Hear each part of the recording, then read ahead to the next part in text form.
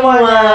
Kembali lagi bersama saya Yose Perdana dan saya Muhammad Razik Kedabi akan membawakan podcast L pada malam kali ini dan membawakan tema perjanjian Linggarjati dan juga perjanjian Renville. Oke, mungkin banyak bintang tamu yang sangat pasti kalian bakal kenal dan kalian bakal terheran-heran kenapa bintang tamu itu bisa ada di sini.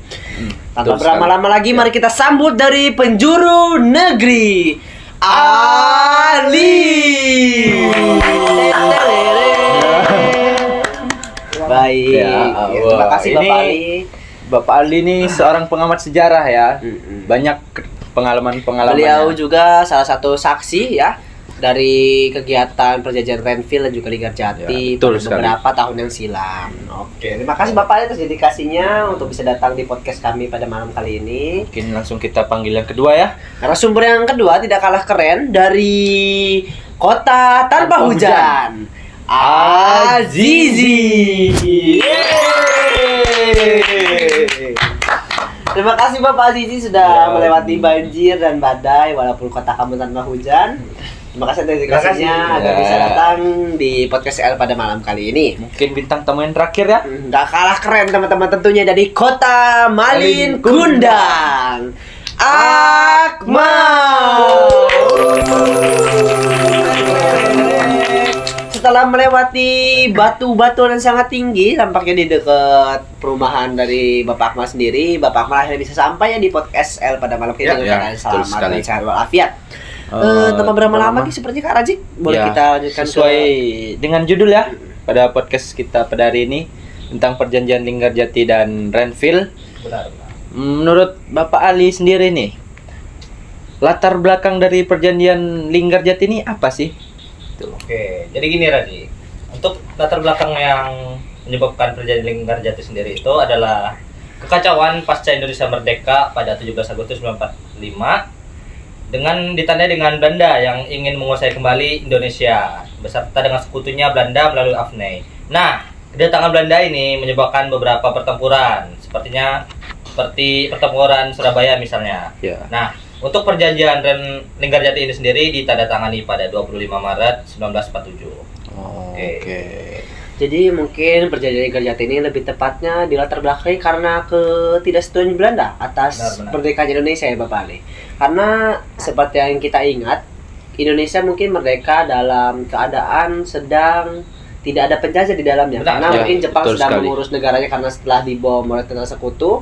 Juga Belanda sedang menyiapkan personel kembali karena juga diserang oleh Jepang ya di bagian Hawaii mungkin lebih tepatnya.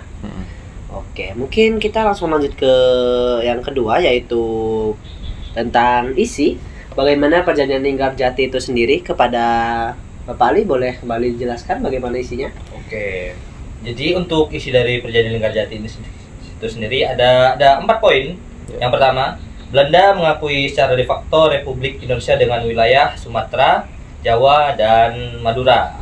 Yang kedua, Belanda harus meninggalkan wilayah de facto paling lambat 1 Januari.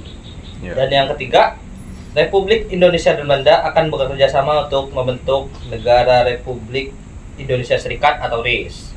Dan yang keempat, RIS dan Belanda akan membentuk Aliansi Indonesia Belanda yang dipimpin oleh Ratu Belanda pada saat itu. Oke, jadi isi dari perjanjian Linggarjati itu hanya bersifat poin itu saja. Dari apa yang kita dengar ya. Menurut Bapak Akmal sendiri bagaimana tanggapan terkait latar belakang dan juga isi terkait perjanjian Linggarjati itu sendiri? Jadi kalau menurut saya pribadi dari pandangan saya, jadi perjanjian Linggarjati itu tujuan utamanya adalah untuk menyelesaikan konflik atau sengketa dari Indonesia dengan Belanda, karena pada saat itu Indonesia itu sedang kosong dan Indonesia juga mengambil langkah kemerdekaan tersebut secara diam-diam. Jadi Belanda ini tidak terima, makanya Belanda kembali menggugat Indonesia untuk dijajah kembali. Makanya saat itu Indonesia melakukan perjanjian Linggarjati agar semua masalah, semua kerisuan itu bisa selesai. Oke, setelah kita mendengar dari latar belakang dan isi-isinya dari perjanjian Linggarjati ini, pasti ada dampaknya dari perjanjian ini. Dari Kakak Ajiji nih, apa sih dampak-dampak yang ada di perjanjian ini? Oke, baik, terima kasih untuk kakak-kakak semuanya, terutama Kak Rajibnya ya, pertanyaan yang bagus. Mungkin dampak perjanjian Linggarjati ini ada dampak positif dan negatifnya ya. Jadi dampak positifnya itu Belanda sudah mengakui RI secara de facto ya. Dan dampak negatifnya itu ada dua menurut saya. Wilayah RI sudah sangat terbatas dan Belanda tetap bercokol dan bentuk negara boneka gitu. Mungkin Belanda sedikit menanggulangi ya terkait kesalahan Belanda sendiri karena sudah meninggalkan Indonesia sepenuhnya, karena Indonesia jadi mempunyai kesempatan untuk memerdekakan dirinya sendiri. Betul. Walaupun mungkin Belanda membuat perjanjian yang agak merugikan Indonesia, tapi kurang lebihnya Indonesia sudah mulai diakui ya. Benar. Oleh negara-negara lain dan juga hampir. hampir saja diakui. Mungkin karena ada perjanjian tersebut agak terhambat ya perjuangan, maksudnya perjuangan kemerdekaan Indonesia itu sendiri. Mungkin kita lanjut lagi ke perjanjian yang kedua ya, boleh Kak Rajik? Kita kembali ke pengamat sejarah kita nih ya, dari Datu Ali nih. Latar belakang dari perjanjian Renville nih menurut Datu nih apa sih? Jadi gini Raji. Jadi perjanjian Renville ini tuh di latar belakangi oleh kegagalan perjanjian Linggarjati. Nah, kegagalan perjanjian Linggarjati ini terjadi karena Belanda kembali ingin menguasai Indonesia dalam agresi militer pertama. Nah, dengan desakan dunia internasional dan PBB, pihak Indonesia dan Belanda dipaksa berunding di atas kapal USS Renville untuk menyelesaikan konflik yang ada. Oke, untuk latar belakangnya cukup seperti itu. Jadi teman-teman bisa kita simpulkan bahwasanya perjanjian Renville itu memiliki nama berasal dari kapal USS sendiri ya. Benar, Tempat terjadinya. Tempat terjadinya perjanjian Linggarjati itu, teman-teman. Jadi mungkin dari latar belakang tersebut ada isi-isi ya dari perjanjian itu. Bagaimana untuk isi-isi terkait isi-isinya kepada Dato' Ali bisa dijelaskan kembali? Oke, untuk isi dari perjanjian Renville sendiri kita punya 5 poin. Yang pertama, Belanda hanya mengakui kekuasaan Republik Indonesia hanya di atas Jawa Tengah, Yogyakarta, dan di Pulau Sumatera. Dan di poin yang kedua, wilayah yang diduduki Belanda setelah agresi militer pertama itu dianggap sah milik Belanda dan ditetapkan garis demarkasi atau garis militer antara wilayah Republik Indonesia dan Belanda. Nah, dan yang poin yang ketiga itu akan dibentuk negara federal Indonesia sebagai bagian dari rencana Belanda membentuk Republik Indonesia Serikat atau kita sebut RIS. Dan yang poin keempat, Republik Indonesia akan menjadi bagian dari Uni Indonesia Belanda dengan Ratu Belanda sebagai kepala simbolis. Dan poin yang terakhir, gencatan senjata resmi berlaku dan pasukan Republik Indonesia harus ditarik mundur dari daerah-daerah kantong Belanda atau enclave di wilayah Belanda, seperti itu.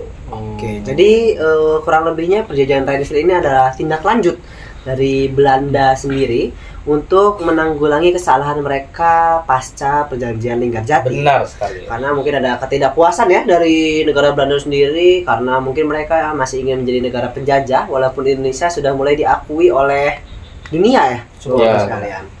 Mungkin dari latar belakang dan isi-isi itu sendiri pasti bakal terjadi dampak-dampak yang positif dan juga negatif. Kepada Bapak Ajiji boleh dijelaskan mengenai dampak-dampak yang akan terjadi? Oleh baik, terima kasih juga untuk Kak Yosinya. Mungkin dampaknya itu ada dua menurut saya. Yang pertama, wilayah RI semakin sempit dan politik militer melemah begitu. Oke, karena ada perjanjian Renville itu sendiri yang membatasi wilayah-wilayah Indonesia. Wilayah Indonesia menjadi lebih sempit ya, Bapak sekalian. Karena mungkin Belanda masih ingin menguasai sebagian besar negara Indonesia, walaupun Indonesia sudah memerdekakan dirinya ketika negara sedang kosong. Dampaknya kedua dampak ini mungkin ya menurut saya ini nih dampak dari menggambarkan kondisi Indonesia saat ini ya. Iya, benar sekali. Yang sangat miris. Terjadi demo di mana-mana. Dari awalnya di gedung DPR RI hingga ke wilayah-wilayah yang memang memiliki DPR yang kurang gitulah ya Benar sekali. menurut masyarakat, sampai anarkis, terjadi pembakaran fasilitas umum Benar yang memang sekali. itu sangat merugikan ke masyarakat sendiri. Dan juga mari kita doakan kepada saudara Afan Kurniawan turut yang berduka juga. sudah meregang nyawa mungkin di demonstrasi kemarin hari ini. Semoga beliau diterima di sisinya dan amal ibadahnya diterima oleh Allah Subhanahu wa taala. Amin. Dan semoga negara kita tercinta ini agar Bisa kembali pulih. ya betul sekali. Oke. Bisa kembali pulih dan kita bisa kembali dengan normal, bekerja dengan normal, berangkat sekolah dengan normal, atau mungkin kita ingin main dengan normal. Ya. Oke. Sebelumnya disclaimer ya untuk rekan-rekan semua. Pesan saya jangan mudah terprovokasi oleh oknum-oknum baik pada saat demonstrasi maupun di media sosial. Ya betul sekali. Karena di antara kita masih banyak oknum-oknum dari aparat maupun dari elit-elit yang ada di atas. Ya betul sekali. Oke, fun fact teman-teman ya, Bapak Ali, maaf Ralat, Dato Ali sendiri bisa mengatakan hal ini karena Dato Ali sendiri hari ini, tepat hari ini 31 Agustus 2025 sudah menginjak umur yang ke 125 tahun. Jadi Bapak Ali ini, Dato Ali ini maaf, adalah saksi dari perjuangan Indonesia Dari awal. ya Bapak Rajik ya. Ya, betul Dari sekali. awal sampai sekarang akan terjadi demonstrasi besar-besaran. Semoga saja demonstrasi kali ini tidak akan seperti Tragedi tahun 98. 98 Ya, ya. Benar betul sekali. Miris sekali. Betul. Mungkin kita kembali lagi ke topik utama. Menurut Bapak Akbar sendiri, kesimpulan dari perjalanan Linggarjati dan Renville itu bagaimana? Jadi menurut saya sendiri, menurut saya pribadi ya, jadi perjanjian Linggarjati dan Renville itu sebenarnya hanya tujuan Belanda yang ingin menguasai Indonesia saja. Jadi kenapa terjadi dua perjanjian itu karena seperti yang dikatakan teman saya ini, pada perjanjian Linggarjati pertama itu Belanda masih kurang puas dengan wilayah kekuasaannya. Benar. Karena di situ masih banyak menguntungkan Indonesia juga dan hanya sedikit menguntungkan Belanda. Lalu karena di perjanjian Linggarjati itu Belanda masih hanya mendapatkan sedikit keuntungan, mereka melakukan agresi militer pertama. dan terjadilah perjanjian Renville. Nah, di perjanjian Renville ini Belanda itu mengambil kesempatan yang sangat besar untuk mengambil sebagian wilayah Indonesia dan menguasai pemerintahan Indonesia. Ya, Jadi walaupun Indonesia itu diberi wilayah dan daerah kecil, tapi daerah-daerah tersebut masih dikuasai oleh Belanda itu sendiri. Jadi sebenarnya Belanda itu hanya ingin menguasai Indonesia kembali. Jadi itu dari saya sendiri kesimpulannya. Oke, mungkin kurang lebih Belanda tidak puas ya Benar. dengan apa perjanjian yang sudah mereka buat. Jadi mungkin Belanda ingin menguasai kembali negara-negara jajahan mereka yang sudah lepas termasuk Indonesia. Makanya dibuatlah perjanjian Linggarjati dan Renville itu sendiri. Oke, mungkin cukup sampai sini ya, Kak Rajik ya.